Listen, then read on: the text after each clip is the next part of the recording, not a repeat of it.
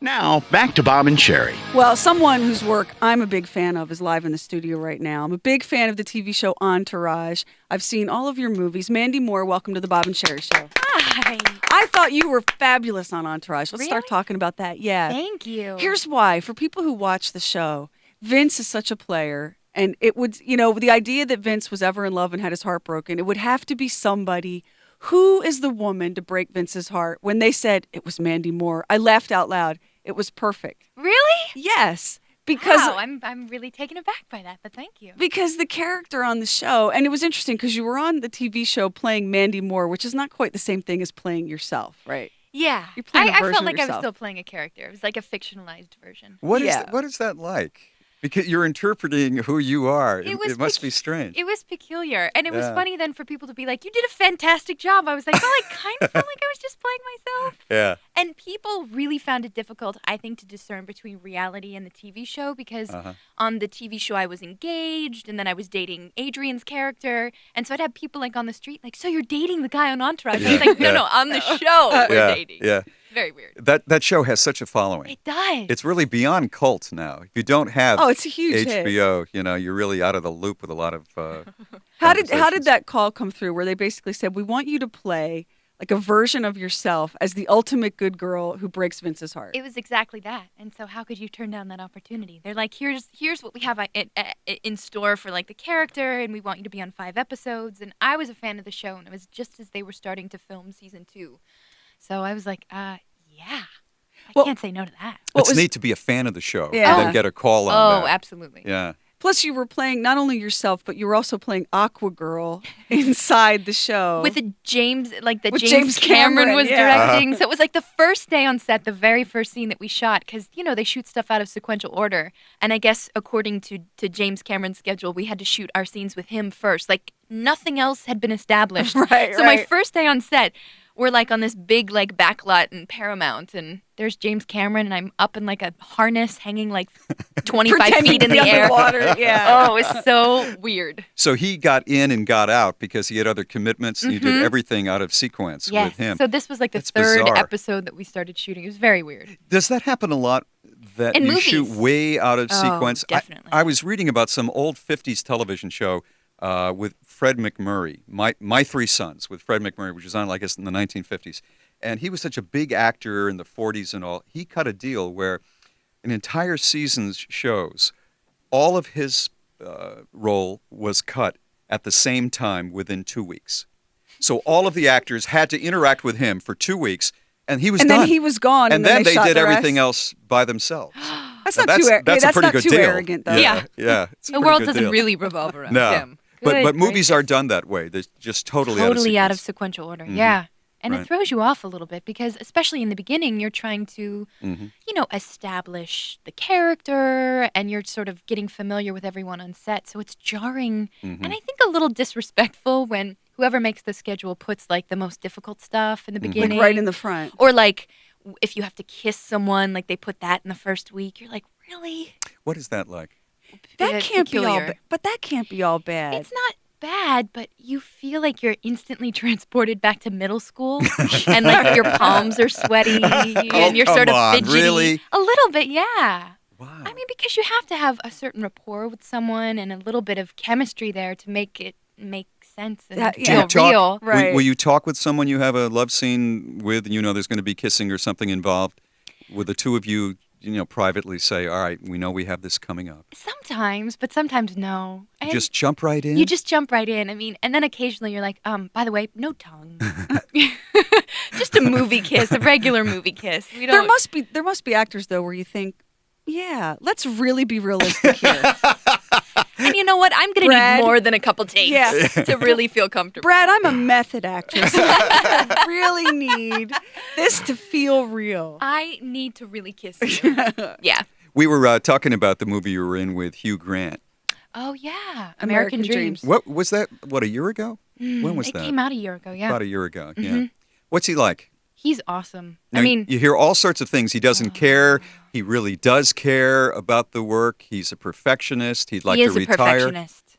I think all of that stuff is true. I think he's a mixed bag of emotions and craziness, but in the best possible sense. Like, yeah, there's a sense to him that's like I think he comes across as like not really caring, but he is a perfectionist and he's really hard on himself, and he's very, very humble and self-deprecating and Well, he makes fun of himself. oh yeah, to with no great end. ease. Oh yes, Yeah. which is it makes you feel a lot more comfortable around him because Uh-huh. he's Hugh Grant, and I think every woman on set was like just mad about him and Yeah. had such a crush on him, and Yeah.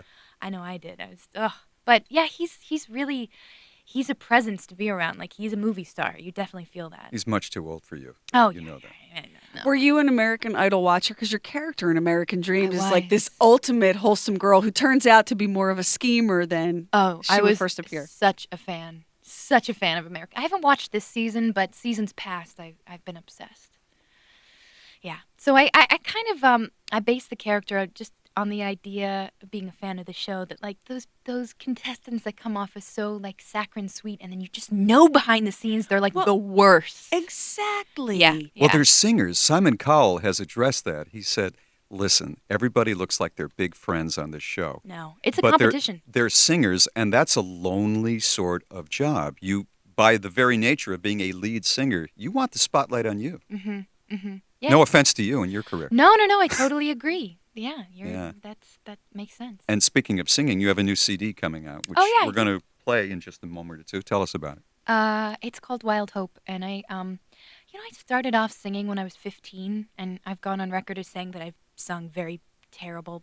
I read trite we pop both music. read the Elle quote last magazine. week, and I was I really have surprised. I have it right in front of me. I know. I said some not so nice things about me. Now I'll criticize the work to no end, but I kind of said that I was mediocre, which I don't believe, and I think that's a horrible thing to say about yourself. So I feel bad for ever saying that. But yeah, I started off as a kid and doing this and wasn't really allowed any creative control, which kind of makes sense. But I've spent the last like 2 years writing. And I've left 2 record labels to make this record, and I co-wrote the whole Wow. thing. And Good it's for something you. I'm really proud of, and I'm a big sort of folk singer-songwriter fan, and I think a lot of the people that I wrote with are of that genre, and that's really what influenced a lot of the records. So it's still a pop record, but it's pretty organic, and I'm proud of it. I would imagine when you're 15 years old, creative control, no one really even listens to you. Oh, not at all. I mean, Not you're at a all. product that gets packaged, Of I course. would guess. And the great thing was I was always allowed to be myself, like the way I presented myself and how I looked. That was always me.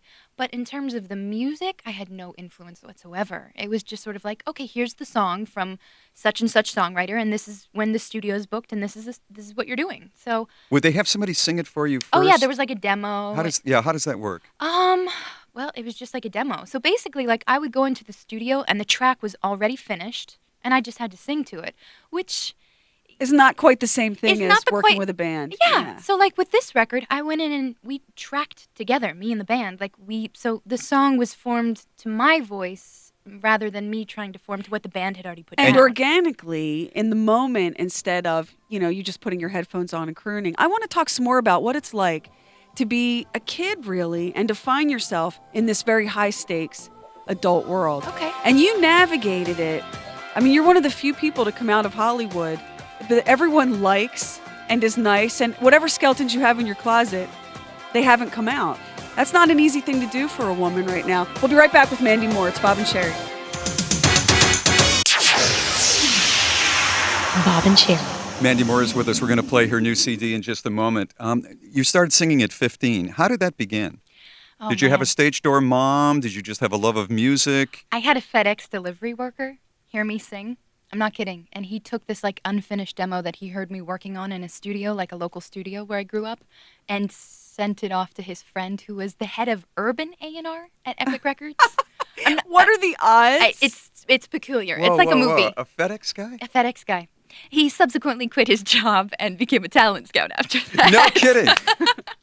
You changed his career. I changed his career path, yeah. Well, but how did you get into the studio at 15 doing something like I that? used to sing the national anthem around town in Orlando where I grew up. I mean, Yeah. like the roller hockey team, ice hockey team, everything. I loved it. I was such a nerd about it. And these 2 local producers heard me sing, and they said, well, we work at the studio. If you have the money, we would love to, like, we have some songs that we've written. We'd love to, like, record you singing them and try and get a record deal with you. And I was like, okay. Like, So your parents obviously supported this. of course. Okay. I had done a few little local commercials, and my parents were okay with me using some of that money. And so I went into the studio, like, over the summer, and I wasn't even, like, a quarter of the way finished with this demo before The FedEx guy. the guy delivering boxes to the studio. That is such a hoot. That's like an Elvis story or It's something, or somebody being random. discovered in a It's drugstore. really random. Yeah. So he sent your tape off. Uh-huh. And then what happened? Well, it was unbeknownst to me. He asked my parents because if nothing ended up happening with it, they didn't want to get my hopes up. And so the head of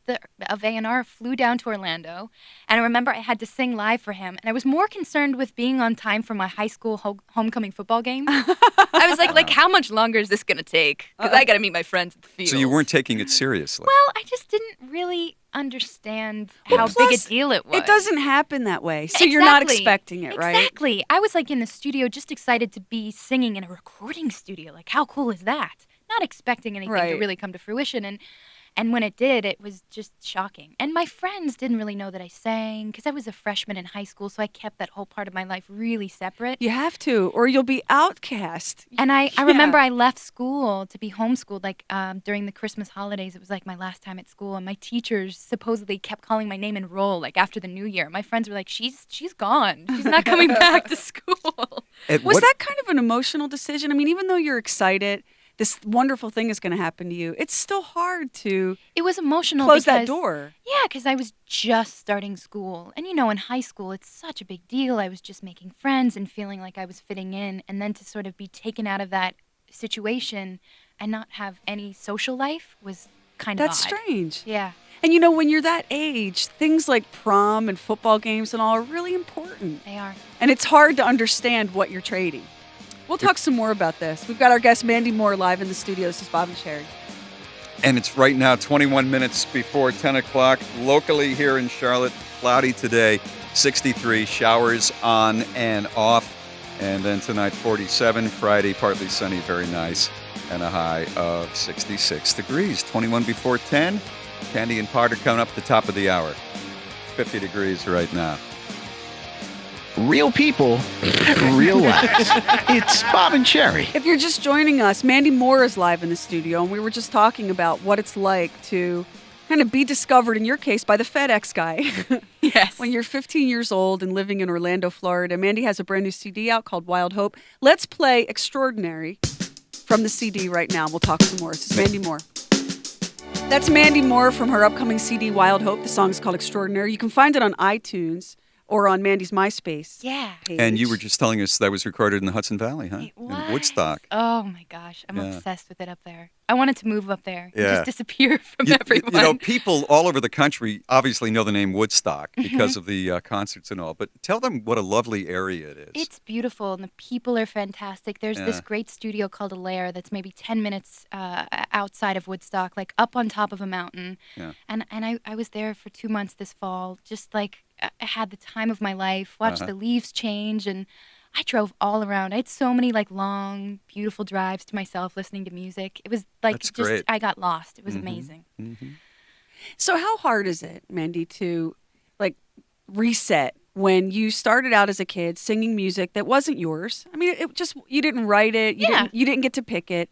And now people have this idea of you as a performer. How hard is it to kind of reset that and go, no, wait, everybody did stuff when they were 15 and 16 that they don't want to have held against them for their whole lives? Give me a break. I guess I say just that. I put it out there. I'm like on record talking about how embarrassed I am of some of my previous efforts. But I don't know. I just I go out there and I'm kind of treating this record as a new artist, and it's like a completely clean slate. And I think most people don't even know that I sing anymore because I've been absent from the music scene for so long. So Well, your profile really is that of an actress now, I more so guess, than yeah. than a singer. which is discouraging to me because music is what I'm more passionate about.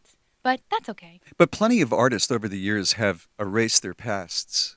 maybe I can do that. Simon and Garfunkel. I mean, they had some. They were originally known as Tom and Jerry, and they had some goofy song out prior to making it. They reinvented themselves completely. And Stephen Stills tried to be one of the Monkees at one time. Nuh-uh. Yeah, he did. Really? He auditioned to be one of the Monkees and was turned down because he had bad teeth. And that was the greatest thing that ever happened to him because, Yeah. he'd Yeah. be doing oldie shows now instead of doing what they do. So I think you can reinvent yourself. I think people Sure. do realize if you're 15, there's a difference, there's growth in Yeah, a few there's years. growth, and I think people realize that I'm 23 now, and I'm coming into my own, and Yeah, I over think the that, hill almost. for Oh crying yeah, out loud. I'm headed down the Hollywood. hill. Tell us you've managed to resist being packaged as, like a sex kitten or as jailbait or whatever. I mean, I think we all know how this stuff works. How did you manage to resist some of that? Was it your parents? Yeah, I think a lot of credit should be given to my parents. I'm very close with my family, and my parents sacrificed a lot, especially in the beginning, to travel with me when I was a kid going on the road. And I'm still very close to them.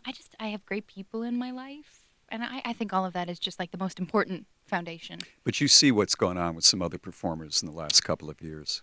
Yeah, I think it's the media scrutiny, and it's like everything is so accessible. You do something or say something, and there's It's a right photo. there. It's on a blog in like 5 minutes, and people Oh, are it's- dissecting it. And It's on iTunes. I forget. it is. Not iTunes. It's on YouTube. YouTube. yeah. I was flipping through a magazine the other day at the drugstore, and there was a picture of you walking out of, like, I don't know, some coffee shop, and there was this breathless caption, "What is Mandy Moore drinking?" I'm like, it looks like a latte. Exactly.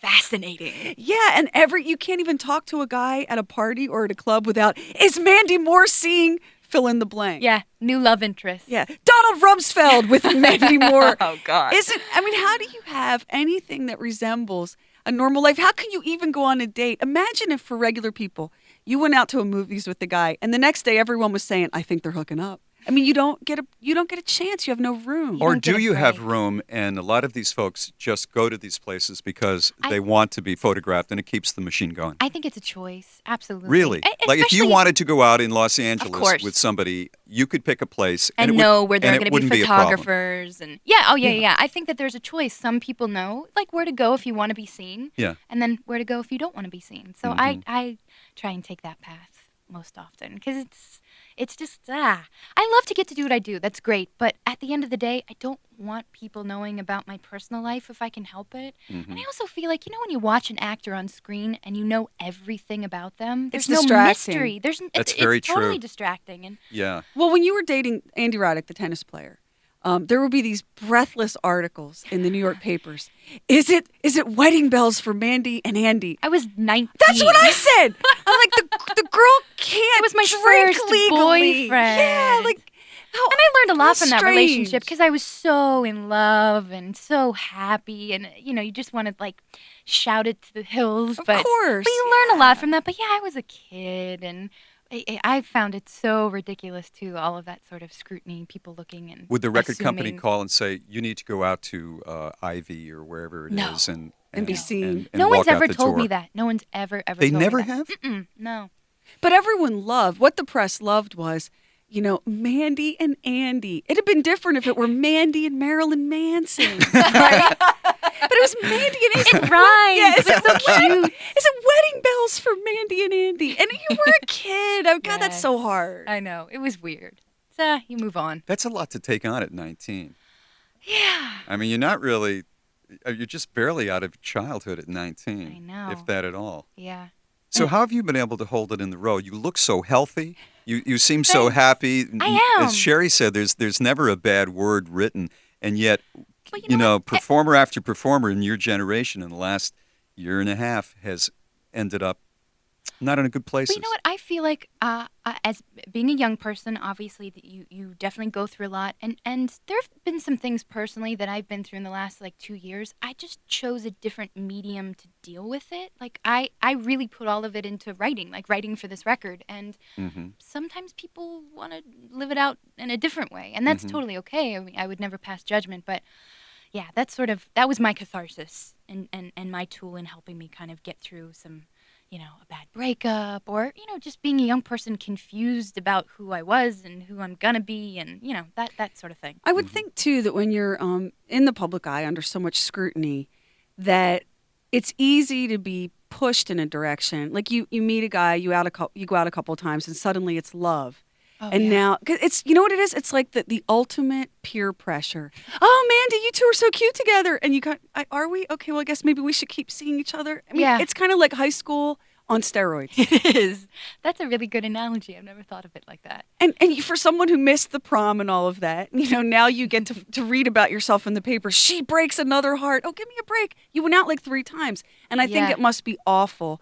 And some people, if you don't have that core, I think we're all thinking about like Britney Spears and Lindsay Lohan. If you don't have that core and that solid foundation to begin with, and you go into it not knowing who you are.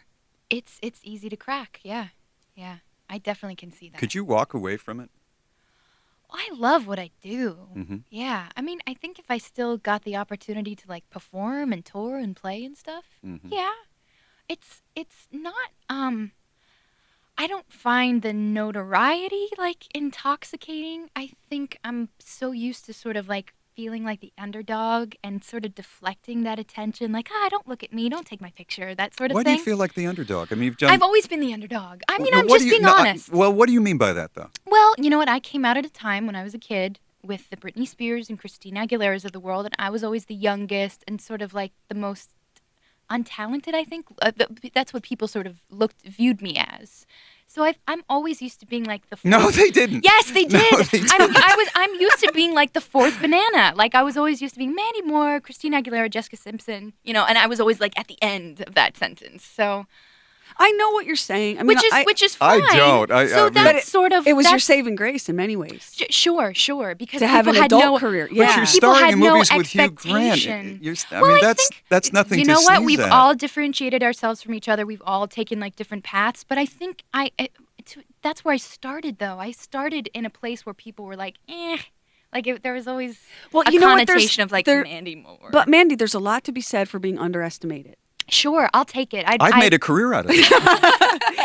I would rather be in that position. Absolutely, I'm not complaining about it, but it definitely forms the way you sort of feel about yourself, I think. What's a surprise that you experienced and you looked around? It could have been a party or an opening, and you said, "Wow, I can't believe that I'm here. This is really cool." I never feel that way. Someone asked me about that the other day, and I really racked my brain.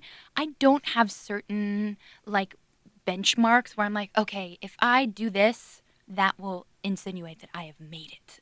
I don't feel that way. I don't know. I mean, did you look around and say, "Well, there's Jack Nicholson"? Or Yeah, if you go to like an the Vanity what I Fair mean. Oscar party or Right. something. Yeah, but even then, it doesn't feel quite real. And I'm not really one of their peers. Like I don't.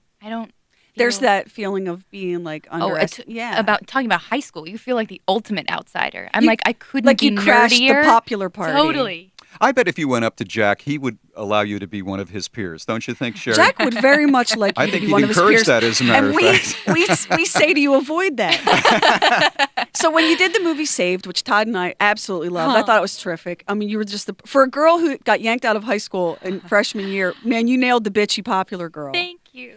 You worked with Macaulay Culkin, I did. who is the world's ultimate cautionary child star tale in many ways. Yeah. What advice did he have for you? What did you learn from You know what? working with him? I didn't learn anything. I learned nothing from Macaulay. We didn't. It's peculiar because you work with these fantastic people that I just did a movie with Diane Keaton, and people are like, "What'd you learn from her?" And it's like, it's so weird because you have a different relationship with these people. It's a very intimate experience making a movie, and you're with them every day for 2 months, and you just become buddies. And then And then Even with an icon like she is. Yeah, I mean, I of Wow. course was like a sponge and wanted to soak up everything with her, but like with Mm-hmm. Macaulay, it was like hanging out with one of my friends. 'Cause Right. Making that movie, all of us were like the same age, and it was just fun to sort of be around people like that and feel like Mm-hmm. I was in high school. It was like the high school experience I never had. it really was. That was probably the only prom you ever went to, I wasn't think it was. Yeah. I'm going to cry here. Thank you so much for joining Thanks us. for having me. Again, The the new record. CD is called Wild Hope. The single that you're hearing is Extraordinary, and you can find it on iTunes and at Mandy Moore's MySpace. You're just as lovely as we knew you would be. Thank you. Thank you for coming in and hanging out Anytime. with us. Thanks, Mandy.